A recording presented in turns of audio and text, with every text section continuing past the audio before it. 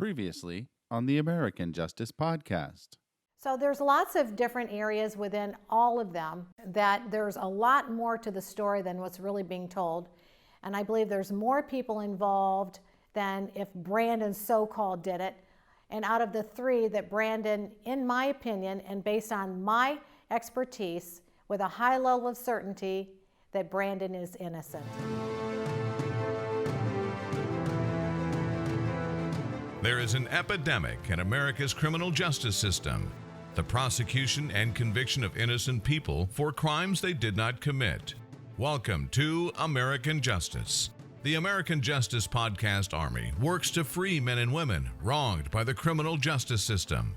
It's not only about the innocent who have been imprisoned, but also the victims of the crimes as well. No one deserves justice more than them. And now, here's your host, Scott Pogensy.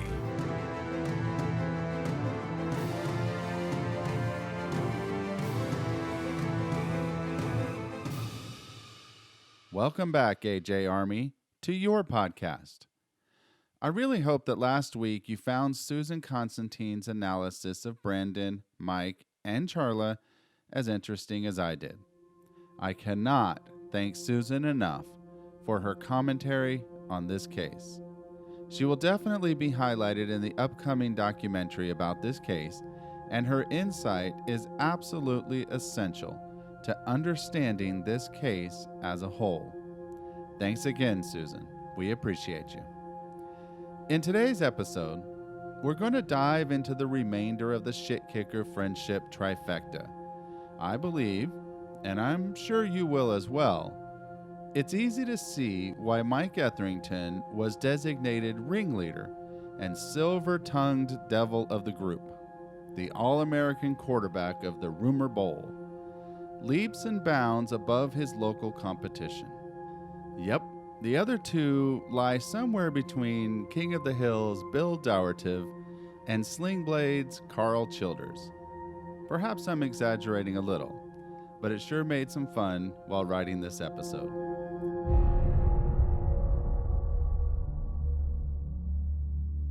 Before we get into the interview itself, I want to set the stage as to what kind of person Joe Hagaman was or is. In all of my research and investigation into this case, I was only able to find a handful of people that knew Joe well. Of those people, only one would talk to me. And they would only talk to me under the strict condition that I hide their identity. I agreed, and what you're about to hear over the next few minutes will give you a look inside of Joe's true personality. However, I do have to say that, at least to myself, the casual observer, Joe seems to be a different person today than he was in high school. In the interview with Ranger Collins, he seems to be very boyish and animated, flailing his arms all about, almost like a cartoon character. The picture that has been painted to me about Joe lately is that of a manipulative, dark, twisted individual. I'm less afraid of Mike because I feel like he actually has a brain and realizes that harming me would not be smart. Joe, on the other hand, not that smart. I'm only bringing all of this up because I feel like it's important that you know what kind of person Joe is before we talk about what he told Ranger Collins. Okay, so for the sake of this podcast, we'll refer to this person as Sebastian. I only use that because, to my knowledge, there has not been anyone involved in this case, witness, informant, or otherwise, named Sebastian. So it seems like a good name to me. Okay, let's start with how Joe and Sebastian met. I met Joseph Hagaman about 11 years ago at a small bar in Rockwall called Southern Junction. He was with his best friend, Chris, who they were inseparable. He was really charismatic, real fun, always the laugh of the party, always wanting someone's attention on him. I mean, like, oh, I'm gonna go ask this girl to dance because I am Mr. Popular out here and all this girl likes me, and always trying to impress everyone. One night, whenever we left the bar, of course, Joe and Chris were not old enough to drink. So, whether they were drunk there or not, I don't know. I had had a few too many, so I know that I was a little drunk. We all left and kind of went to what we consider an after party, and I don't know what started the conversation, why it even led into this, if he was trying to impress me, because he was always wanting to hang around me, always wanting to dance with me, always trying to prove that, oh, I'm this really cool guy. He had told me that there was a murder that happened in Rockwall or near Rockwall.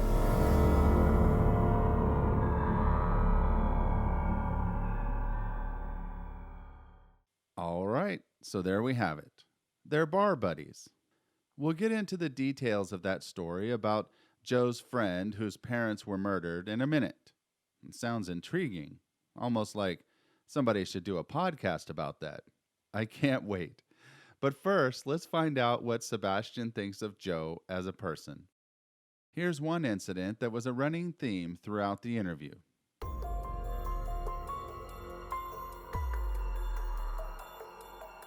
After that, Joe and I would hang out a lot. I would see him a lot at Southern Junction. We would dance. I mean, years would go by, Joe got to where he was old enough to drink in the bar.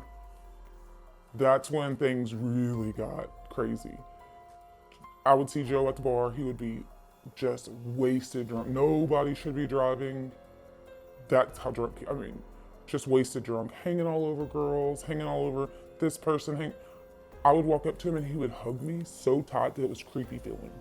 And like whisper weird things in my ear. And it made me very, very uncomfortable. And I just thought, oh, Joe's drunk again. That's just, Joe being Joe. And Joe invited me over to his parents' house, or his dad's house. And I'm not quite sure if Joe was living there at the time, but I do know he still had a bedroom there because we went to his bedroom. I didn't think anything of it. We were gonna hang out and just, so we're gonna go up to see the rest of the house. He was taking me on a tour. And I knew he liked me, and so I wasn't too uncomfortable, but I wasn't too comfortable. Things got really scary when Joe took me into the bedroom, shut the door, and then things got really aggressive. He started being pretty forceful with me, and every time I would say, Joe, stop. Joe, you're making me uncomfortable. Joe, you're hurting me. Joe would say, you want this. You like me. There's no reason. Come on, we've liked each other for a long time. No, Joe, you've liked me. I, however, have not liked you. You make me uncomfortable. You're very forceful. At that point, Joe pushed me on the bed and basically held me down and started trying to take off my shirt and button my pants. And when I kept pushing Joe and telling him, get off me, no, and I started to cry, Joe said, why are you crying? What is wrong with you? Hello, you're scaring me. That's what's wrong with me.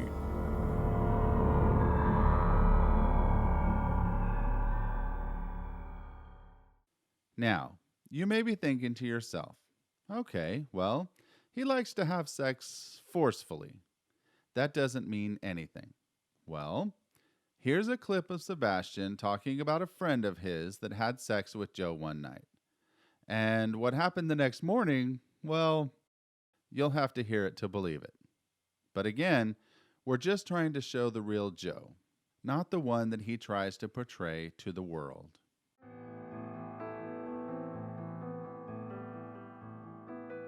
So, for those that don't know and don't care to know, I'm here to tell you, Joe's not the man that you think he is. Joe has been with a few girls that I do know, some that I'm pretty close with. Joe came over to a friend of mine's house after the bar one night. And the next morning, after he had left, my friend came in there and said, look at my arm, look at my leg. She had bruises down her arms and the insides of her thighs, on her back. This friend told me, Joe scares me. Joe is very violent. She said that she didn't know how aggressive he was until that night, and he was very violent with her. In my opinion, after we got to know each other, he's very, I hate to say this, but it's almost like he hates women. Like he has a control issue. Joe needs to be in control of every situation, and he needs to control mainly the women around him. And I feel like Joe only preys on vulnerable people.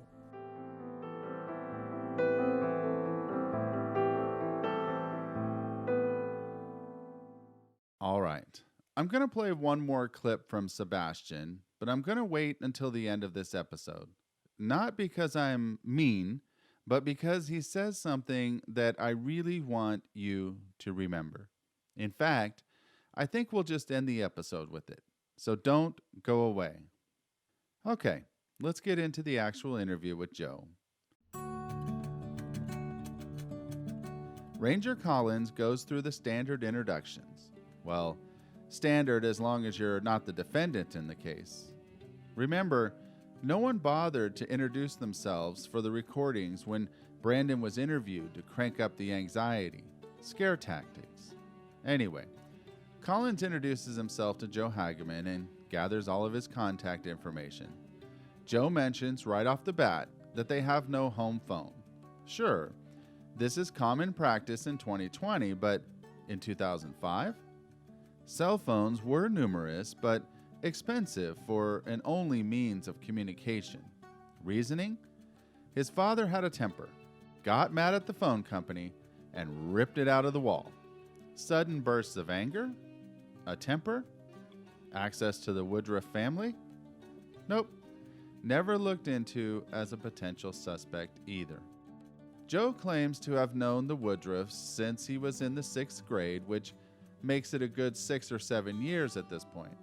He met them during the involvement in the 4-H, but didn't really get to know Brandon until his 9th grade year at Rockwall High School.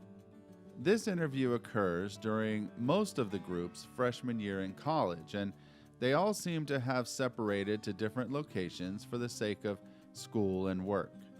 As with everyone in Royce City, Texas, it was difficult to avoid contact with any of the family as you go about your daily tasks. Grocery store, the dreaded rumor mill pizza parlor, or the 2005 Royce City equivalent to modern social media, the horse barn. This would be some of the last information that Joe would give in his interview that didn't begin with the phrase, "Mike said." It's easy to tell as well.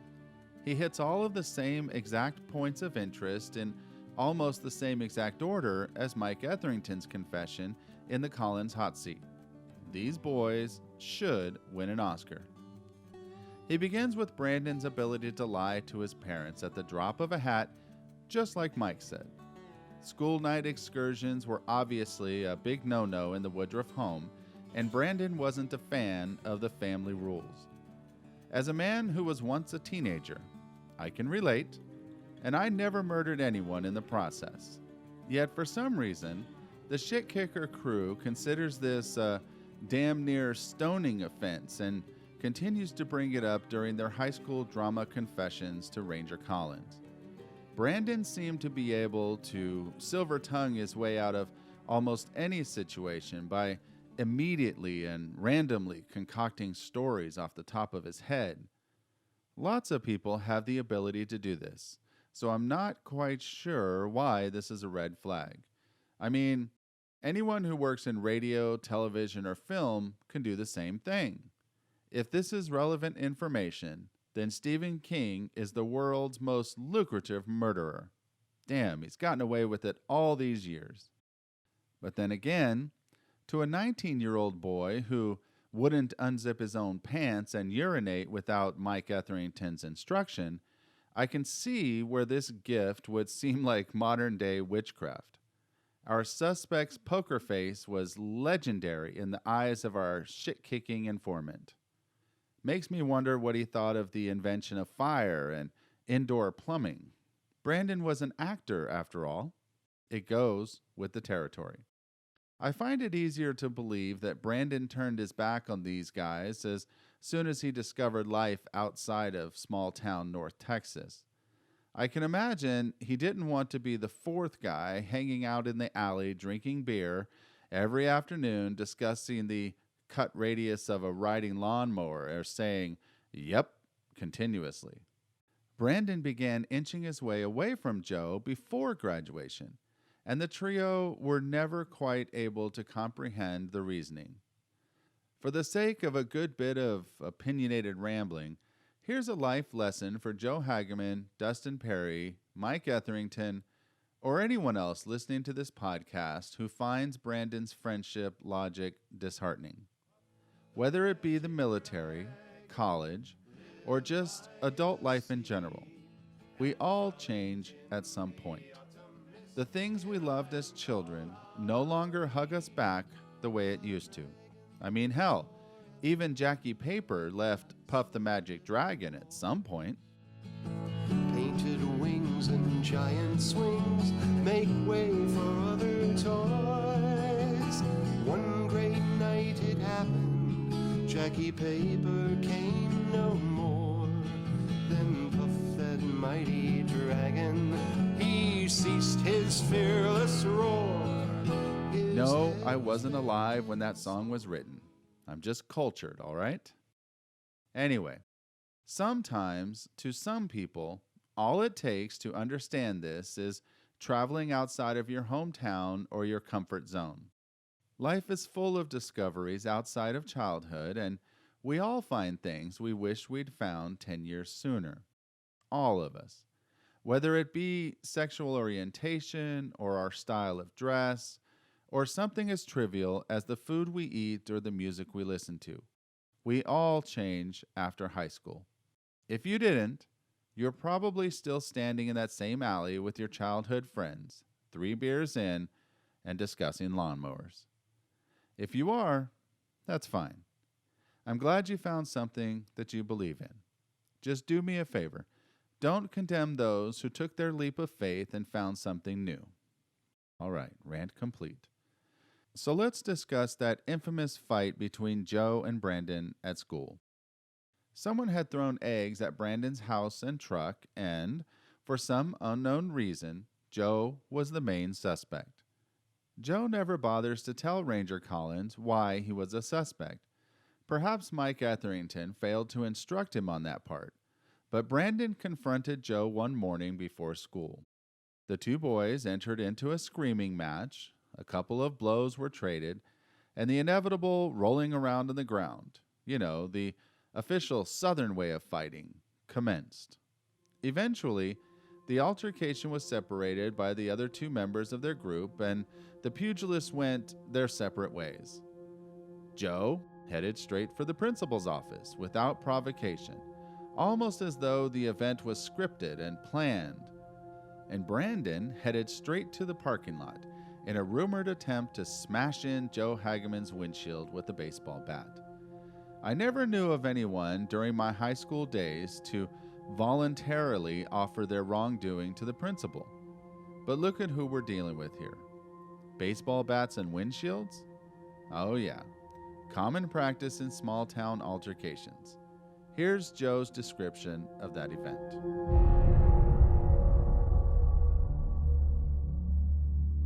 The way Rockwell High School, the sophomores have a floor, the juniors have a floor where the lockers are. Sophomore lockers are on the 3rd floor, junior lockers are on the 1st floor, and senior lockers on the middle floor. Well, we all stand in the exact same spot every morning. There's a locker area, everybody's got their little groups they hang out in or whatever, and they all hang out in different spots every morning, anywhere from, 8 to 8:30 when the bell rings to go to class. Well, we stand in the same spot every day. And we're standing there, I walk up, and Mike's standing there, Dusty's standing there, and Brandon's standing there. And I don't know if Morgan might have been standing there, I don't know. But Mike was standing there, Dusty was standing there, and Brandon was standing there. And Dusty and Brandon are standing, the lockers go like that, make like a little L. And Dusty's standing here, Brandon's standing here, and Mike's standing here, and I'm standing here. And Brandon starts yelling at me. I'm standing there less than a minute. And he starts, belligerently yelling at me, yelling at my face, I hate you. I can't believe you do that, I'll whoop your asshole. You're lucky I'm not laying you out right now. I'll knock you out. And I said, Brandon, I didn't do that. I'm better than that. I'm not going to egg your house. If there's a problem, then I'm going to come to you with it. I'm not going to do that, whatever. Well, he gets to yelling, we get to yelling back and forth to each other, and we step out of the lockers or whatever, and he pushes me and swings at me. So I hit him back. And, we got to rustling around or whatever, and then I got up, and I walked into the office. There's an office right around the corner, Miss Spee's office, and Miss Knight is the secretary, and we all knew Miss Knight. We knew her daughter was in our grade below us. We all knew Miss Knight. Well, I walked in and I said, Miss Knight, this is what happened. Brandon gets up, I'm going to effing shatter your windshield on your truck. I got a bat in my truck. I'm going to go get it right now. And he starts going down the stairs, and Mike he says, Miss Knight, you might want to radio the parking lot attendant, Mr. Fields, and tell him that Brandon's fixing to do this. So she radioed him. Mr. Fields stops him, and, and I get sent home, or whatever. I got suspended or whatever.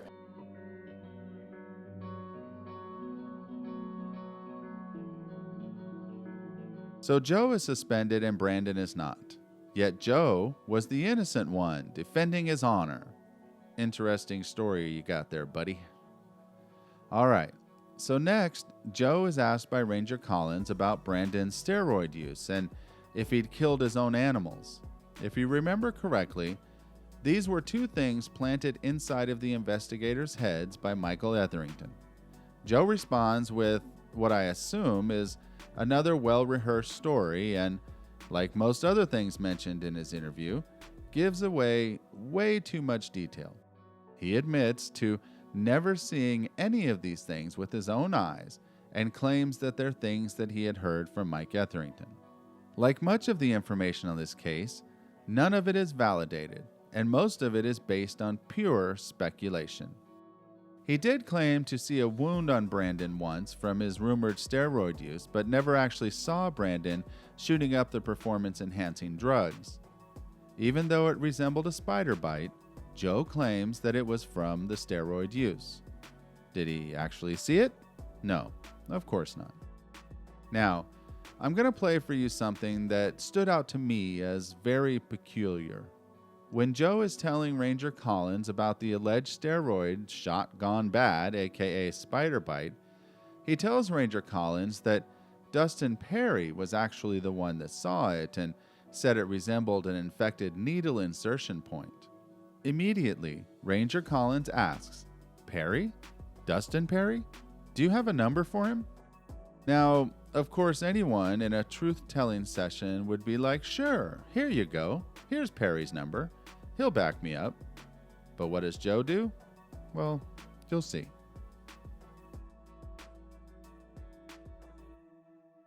Well, I know that he had a scar on his arm. Mm-hmm. And he said it was a spider bite. But they were saying that he didn't tell me this because we weren't friends at the time. Right. We weren't friends. So I didn't talk to him. But he told Mike and Dusty Perry that it was a spider bite.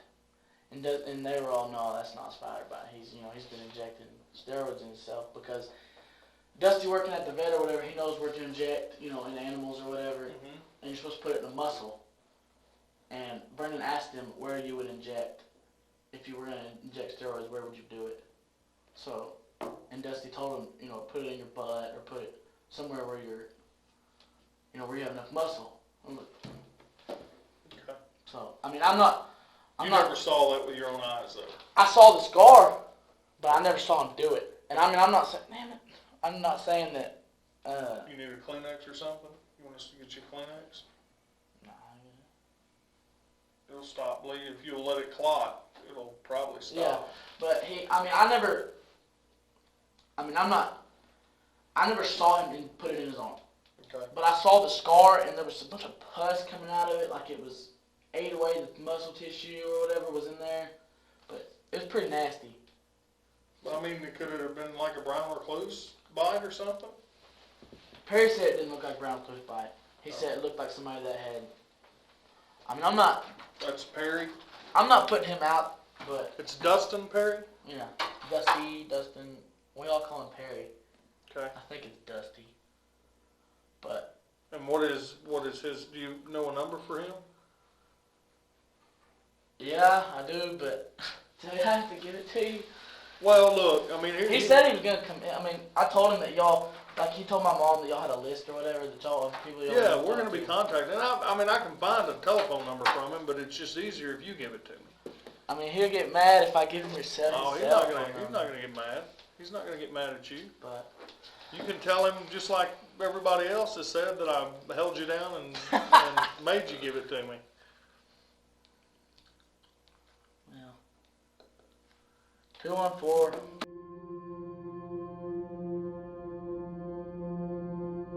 Okay, so riddle me this, Batman. Why on earth is Joe so hesitant to give Ranger Collins Dustin Perry's phone number? Number one, you have to imagine, even back in 2005, that if a big bad Texas Ranger really wants someone's number, they're going to be able to find it one way or another. So why not just give it to him? But more importantly, what is the motivation behind Joe's concealment? If you're all there just giving honest and truthful information about Brandon so the investigators get to know him a little more, why are you not willing to share someone's information that can help you out with that mission? The completion of the Shitkicker quartet. Dustin Perry. Oh, no worries. We'll get to him soon. So really ask yourself, if Joe is wanting to hide this information, what else is he hiding? The one thing that stands out in this interview compared to Mike's is that Joe had never heard Brandon say a bad thing about his parents. He doesn't claim to have heard that Brandon hated them or wanted them dead. He also claimed to have never witnessed anything in writing on the MySpace page. Now, weren't these three teenagers inseparable? Didn't they, according to Mike, share a close friendship that one would never be seen without the other? You'd think this would be common knowledge in the midst of a group described as such. Still, even if Brandon's steroid use is true, and for the record, Brandon says it's not, it doesn't warrant the charge of murder. Even if Brandon was completely guilty of killing the kittens, the dog, the lamb, the horse, the next door neighbor's guinea pig, whatever, it doesn't warrant a murder charge. The last time I remembered, you had to have proof the person that you're accusing was actually there, in the library, with the candlestick, standing next to Professor Plum. Please tell me I'm not the only one that remembers that game. Anyway, Jeffrey Dahmer and several other modern serial killers in this country were picked apart by psychologists after the fact. Self-mutilation and animal cruelty were all part of their history, but there was evidence to link these killers to the bodies.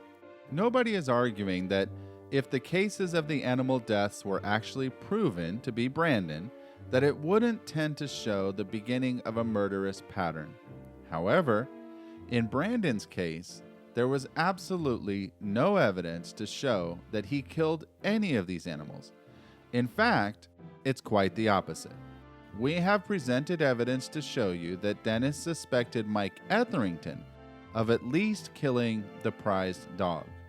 And just the notion that Brandon would kill his own prized lamb is just ludicrous. Again, as shown in previous episodes, anyone had access to feed that lamb bad food. Literally anyone. It wasn't locked down. It didn't have security cameras. Just out in the middle of BFE, just waiting for someone that had it out for Brandon to swing by and give that lamb some bad food. So you might ask, what evidence is there that links Brandon to the deaths of these animals? Yep, just hearsay and speculation. That's it. And at the crux of it, that is what sets this case apart from those of other convicted murderers. The evidence. Still, Joe Hagaman was present during Brandon's transformative years. Any trash that he was willing to offer would be gladly piled atop the mountain of negativity already placed there by Brandon's sister Charla, Michelle Lee, and Mike Etherington.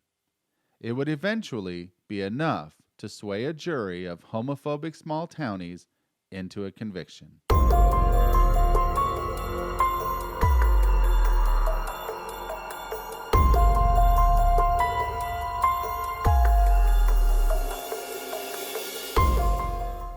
Okay, now let's take a look at Dustin Perry's interview with Ranger Collins. You may hear me or any of the other interviewees in the Ranger Collins hot seat refer to him as Dustin, Dustin Perry, just Perry, or Dusty. Apparently he went by many names, depending on who you were to him. But we're going to switch into a lower gear, much, much lower. Dustin is a little on the light-spoken side of things. Hell, he barely speaks at all. He preferred the investigators to ask him questions, rather than just come in and spill his guts like his other two shit-kicking buddies. With the Rangers asking him questions, he could just simply reply with a mm-hmm or a uh-huh. Nope, not even going to get a legitimate yes or no most of the time out of this guy. Just mm-hmm, uh-huh. Think Carl Childers from Sling Blade, Billy Bob Thornton's character. Some folks has asked me, if you had it to do over again, would you do it the same way? I reckon I would. No, sirs and ma'ams, Dustin Perry is not about to offer up much of anything that Ranger Collins doesn't already know. Just to show you I'm not exaggerating, here's a clip of Dustin right after Ranger Collins finishes the introductions and exchange of personal information.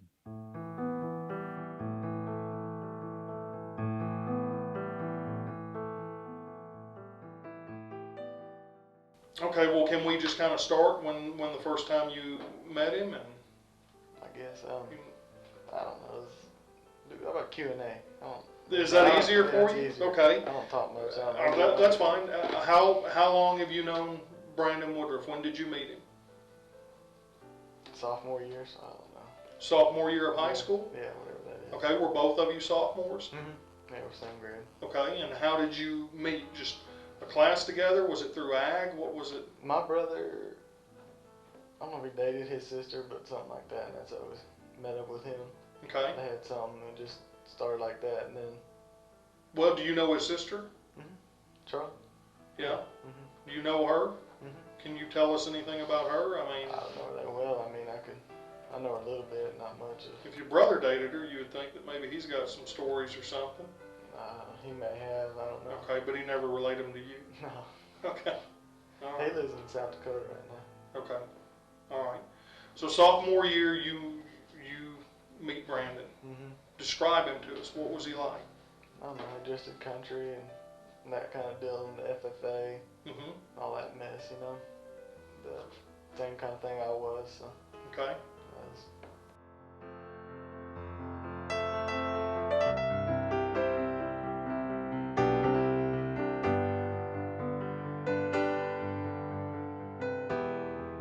Now, the strange thing about this interview is that it occurs almost a year after Charla, Michelle, Mike, and Joe.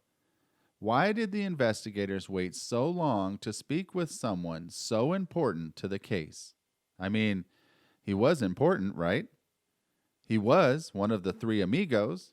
I mean, that's what we call the remainder of the Shitkickers once Brandon left. But Dustin was one of the inseparable IHOP friends who seemed to know Brandon the best. He still lived close by and even worked at a veterinary hospital in Rockwall.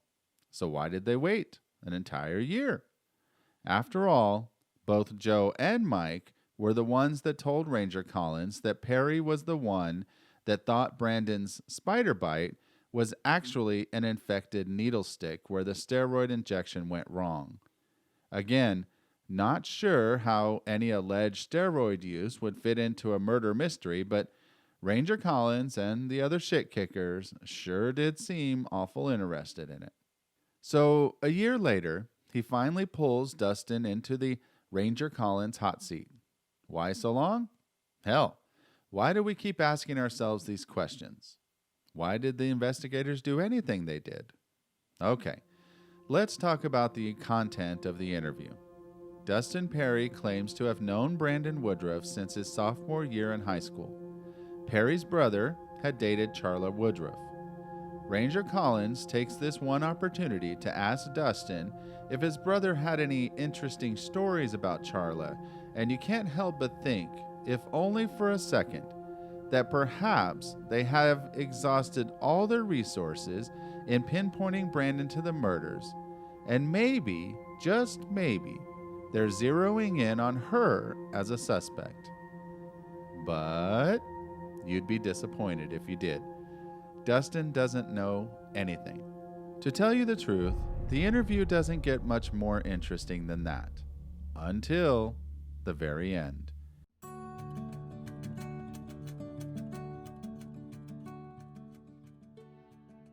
He claims that he and Brandon were very near best friend status during their senior year until Brandon's emerging from the straight cocoon into the big gay world seemed to begin to happen.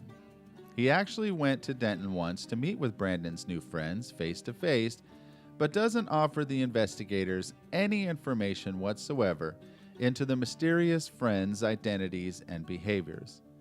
He claims he doesn't remember much of anything at all about them. He explains to the investigators that he doesn't remember things well. We have no choice but to believe him. He did claim to remember that Brandon had always been what he considered to be, quote, weird, but obviously not weird enough to not be friends with him throughout the end of their high school days. Semi-weird, maybe? Slightly odd? Still, no qualifications to be convicted of murder. Here he is, trying to put into words what makes Brandon so weird.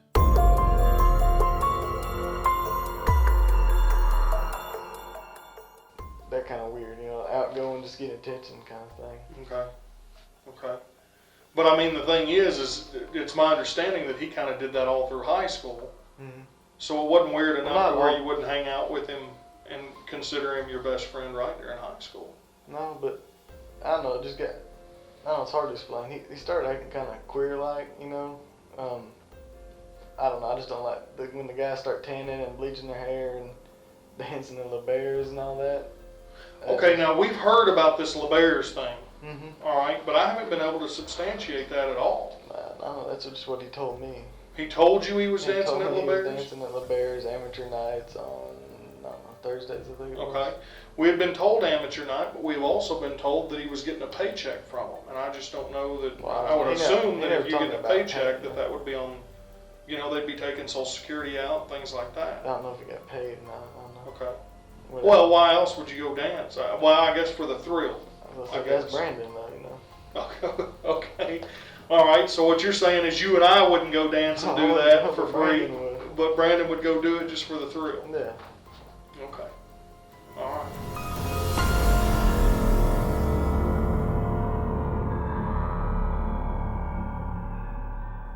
Dustin Perry calls his behavior, quote, queer-like because of his style, the bleaching of his hair, the dancing, etc. Queer-like. Let that phrase sink in for just a second. That is who we're dealing with here, ladies and gentlemen. The kind of person who would use the phrase queer-like when describing his so-called best friend with a secret. And these guys called themselves friends? Wow. Dustin Perry does manage to squeak out the phrase metrosexual when describing Brandon rather than homosexual.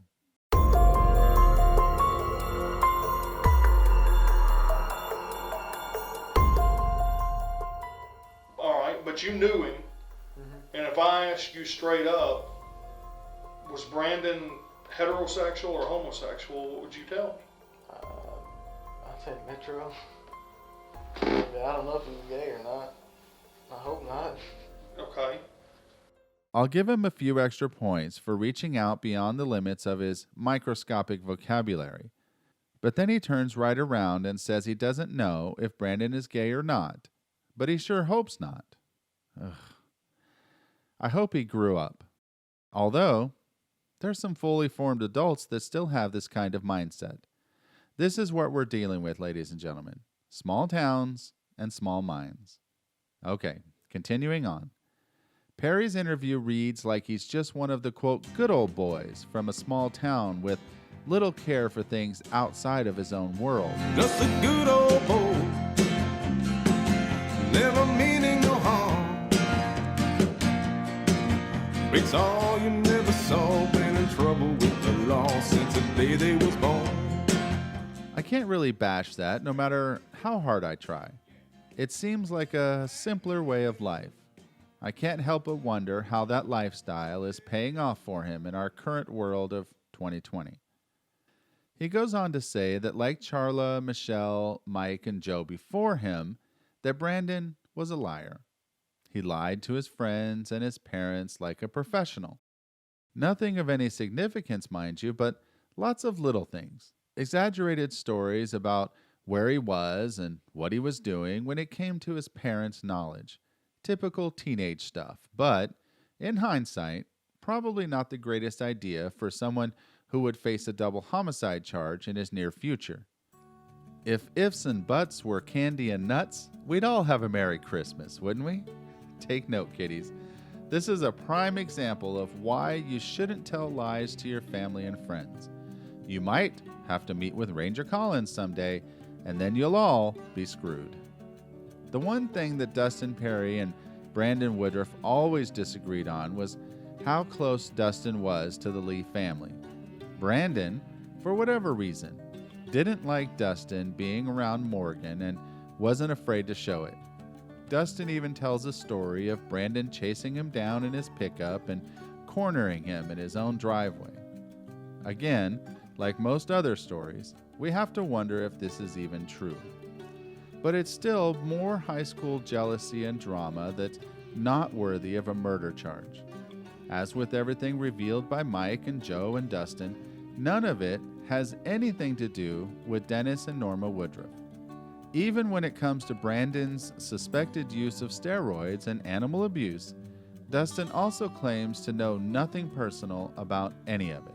He tells Ranger Collins to speak to Mike or Joe. So Mike and Joe say talk to Dustin, and Dustin says talk to Mike and Joe. He says he'd heard everything from both of those guys. Do you see where I'm going with this? As far as he knew, all of Brandon's animals had either died of natural causes or been poisoned by someone else other than Brandon. Dustin Perry was the only one in the group with access to deep wells of animal knowledge from working at a veterinarian's office for several years and wasn't blaming Brandon for any of the animal abuse claimed by others. Was Dustin not in the Shitkicker meeting where they all got on the same page?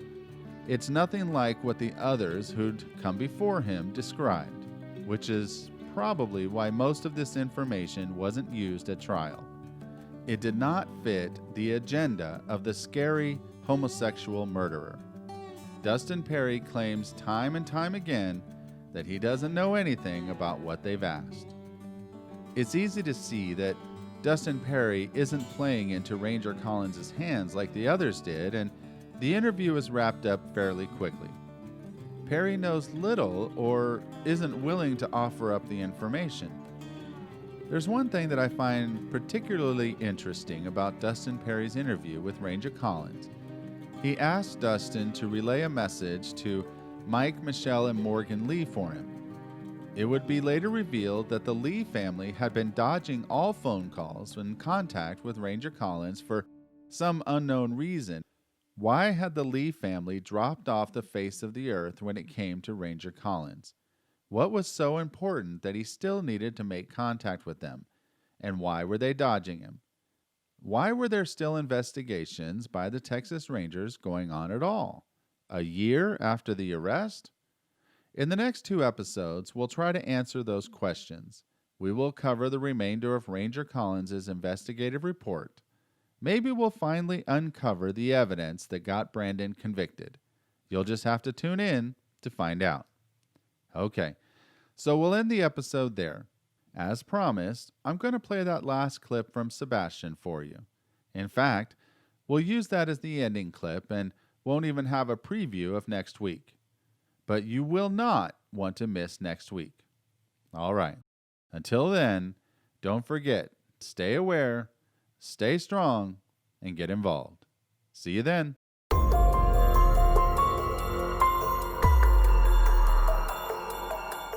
I met with a friend. She showed me a snippet of a documentary, and it clicked to me like that. I was like, Joe told me all about that. Joe said, my friend's parents were murdered. They think it was some kids from school. When I had this conversation with Joe, it was 2007.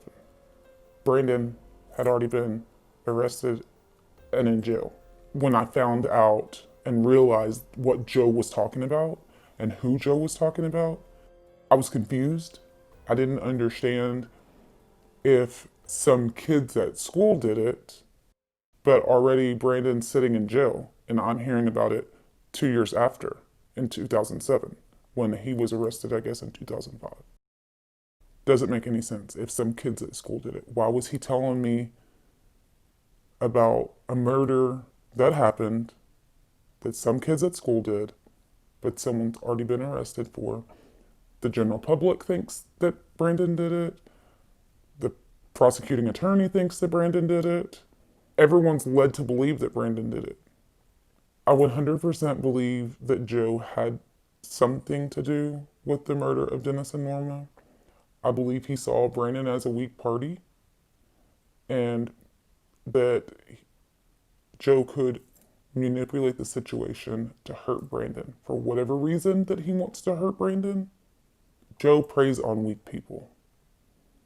So there's something that needs to be looked into in that. In my opinion, I don't think Joe could do it alone. Could Joe be an accomplice? Very much. I feel, in my opinion, that Joe would do anything for anyone to make himself look like the cool guy. If you want me to go over here and do this with you so I can look better in your eyes, then I will. I definitely don't think, in my opinion, he is capable of doing something alone. But with others, oh yeah, there'd be no stopping him. I just want everyone to know I've never met Brandon. I've never spoke to Brandon. I wouldn't know Brandon if I passed him on the street. I do, however, know Joe. Joe has made me very uncomfortable. Joe has scared me many times. The reason I came forward is because when I saw the snippet of the trailer for the documentary, there popped Joe's face. I got sick to my stomach. My stomach dropped when I saw that, because I then realized at that moment that I knew what was going on. That Joe told me about a murder that he's obviously involved in. And I don't want to see Brandon sit in jail for something he didn't do. He can't even mourn the loss of his parents. Who else could be hurt by the wrath of Joe and him get away with it?